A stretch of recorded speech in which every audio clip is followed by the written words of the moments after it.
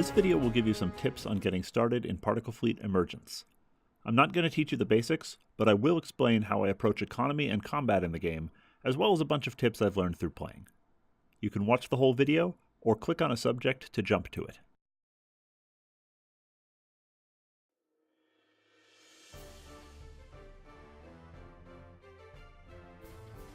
You gain power through two sources: energy mines and mired land. Energy mine production is listed here, mired land production here, and the total here. This red bar and number show how much energy you're using. You can only store a very small amount of energy, shown here, other than with scrap, which we'll discuss later. As a result, resource management is about balancing input and output rather than building up a stockpile. If you're spending more than you're earning, things don't stop, but they do slow down, including construction speed and fire rate.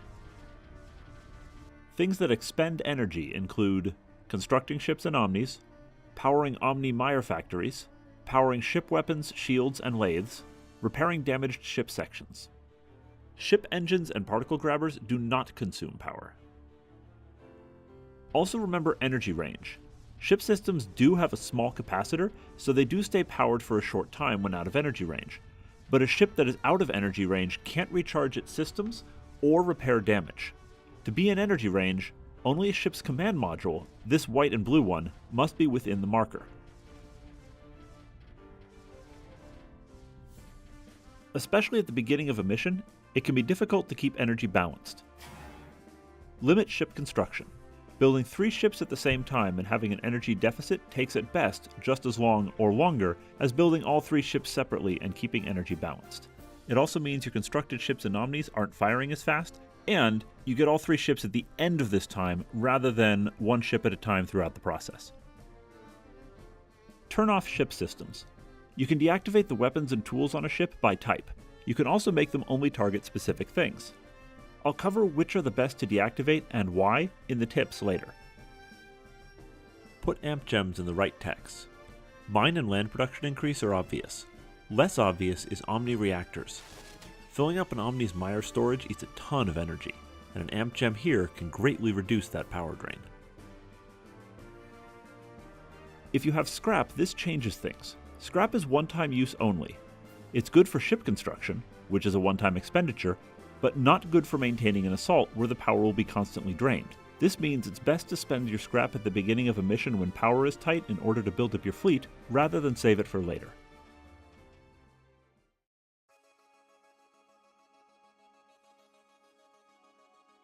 It helps to understand how particle behaves. Particle can come in many shapes, sizes, speeds, and behaviors. All of this is decided by the emitter it comes out of. If you hop into the mission editor, place an emitter, and then play with the settings, you can get an idea of all of these options. Some particle is loose, some form shapes, and some form snakes. Particle can move fast, slow, or anywhere in between. It can fly with no direction, or it can be attracted to the nearest energy mine or to nearby ships. Particle will attract to an energy mine from across the map, and regardless of setting, it will always attract to a ship in close proximity. An emitter can have a mix of any of these attraction behaviors. Many maps have fields, which will direct particle in a particular direction at a particular rate. You can view it by clicking here. Watching how the particle created by each emitter acts, whether it moves fast or is attracted towards your ships, can help you figure out how difficult an emitter will be to destroy, or if you can sneak a lathe around to destroy it easily. Most emitters scatter particle all around them, and it is generally only attracted to your ships if they get close. This means that an emitter gets more dangerous as you get closer. If your war fleet is at a distance, most of the particle drifts away. As you get closer, your fleet takes up more of an angle from the emitter, so more of the particle is attracted. This means you're going to need more firepower the closer you get.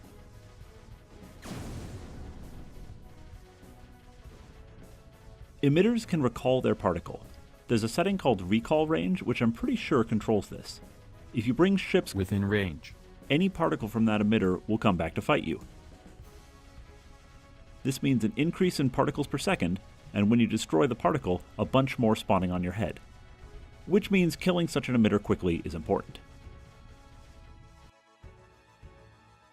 When a particle impacts land, it mires that land, turning it red. Hostile mire destroys friendly mire at a rate of 1:1. It also damages omnis and produces emergent, all of which is bad. If an island is fully mired, additional particle will bounce off. If not, it will be destroyed and add mire. This means friendly mired land can be used as a weapon against the particle.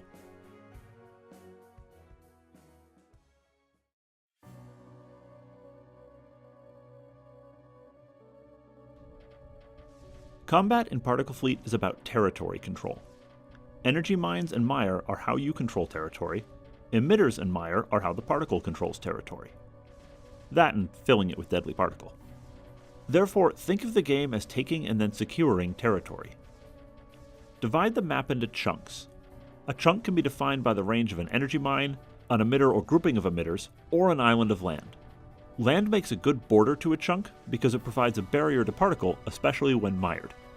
You'll notice in a lot of my videos that I like to deploy the corporate HQ into what I call a fortress, an area surrounded by land, because it's easily defendable at choke points. Take one chunk, then secure it against attack. Repeat.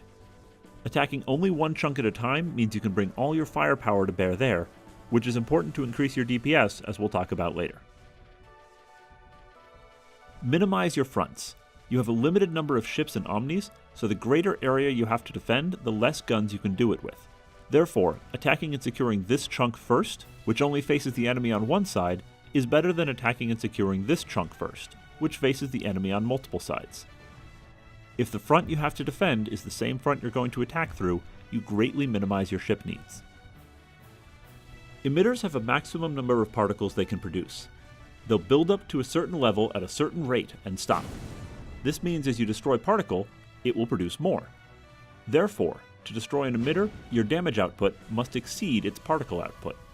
Damage per second must be greater than particles per second. You can tell if your DPS is higher by looking here. If the number of hostile particles is decreasing as you fight, you're winning. If not, you need to do something to increase your damage output. So, how do you get more damage? More guns. This means bring another ship in, or make sure the ships you've got are in weapon range. Install an amp gem. This will increase the rate of fire of all installed weapons, as well as their range, so the more guns on the ship, the better. Use benign particle. Use a grabber or the emitter control tech to direct benign particle into the fight. Use omnis. If near land, the omni cannon upgrade will get you more guns. On that note, move near friendly mired land. Hostile particles that impact it will be destroyed. Ram it. Armor regenerates, so ramming a ship in, then pulling it back will destroy particle and then heal the ship. For a ship with thick armor like the Hammer, this can be a very large short-term boost to DPS. Only ram with a non-armor ship if particle is very light, such as in the early campaign missions, because that's a great way to lose a ship. Even if you're not winning the DPS fight, you don't always have to.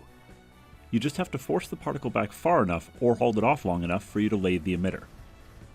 For defending against particle, you want to reduce the rate at which the particle comes at you. If the particle getting to you exceeds your weapon DPS plus your hull regeneration rate, you're gonna start taking damage and eventually losing ships. So how do we reduce particles per second? Particle beams push particle back, although they do no damage. You may not destroy it faster, but it isn't destroying you. Retreating will reduce the rate at which particle hits you, or stop you from hitting it at all if you're moving just as fast or faster, allowing you more time to destroy it. When advancing, do so only in short hops. A small advance, wipe out and push back particle, then another small advance. A big advance through particle means a lot will hit you faster. Keep an eye out for easy emitters, an emitter you could just drive a lathe or the command ship up to and destroy, including emitters that aren't producing particle and that have very little nearby. These have reached capacity and their particle is off wandering the map somewhere. If you can destroy it quickly enough, you can avoid having to deal with recalled particle. Emitters that are only projecting particle in one direction and/or with particle that doesn't target. There's a chance you can park behind these and lathe them without any threat. Emitters surrounded or mostly surrounded by land, especially if you can get a lathe rather than an Omni in range.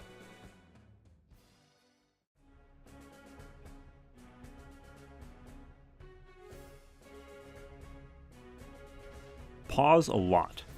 I do. Anytime you need to issue orders or analyze the situation, pause, so you have all the time you want to arrange ships or figure out what to do next. Leaving the game running just invites something to happen elsewhere. Emitters have a maximum particle they can produce. This means that the first few minutes of a mission the enemy is weaker but building up, but after that it plateaus, barring any special rules or programming. Being fast, building a fleet, and securing your deployment zone and any easy territory is important for those first few minutes. After that, you can be as slow and methodical as necessary.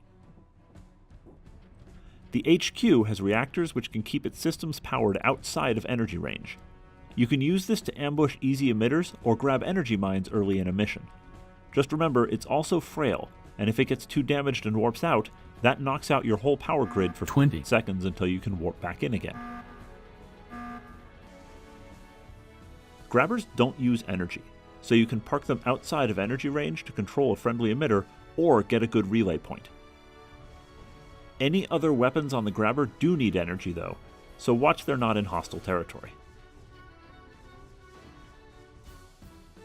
Particle beams push back particle, they don't destroy it. They're also the only weapon that can wipe out plasma. This makes them good for assaults or when you're getting overwhelmed, but if not, they're a giant power drain. If you don't need them and you need power, turn them off, or set them to plasma only. The Mark 17 is more effective the denser the particle, making it great for killing doppels. It eats a lot of juice to fire though, so it's inefficient against loose clusters of particles. If you need to save power, set the Mark 17 to off or doppels only. Cannon are the only weapon that can shoot enemy mire. They're not great at it, but use them to help you take islands if you need just a little more firepower. Emergent can do a lot of damage and moves fairly fast.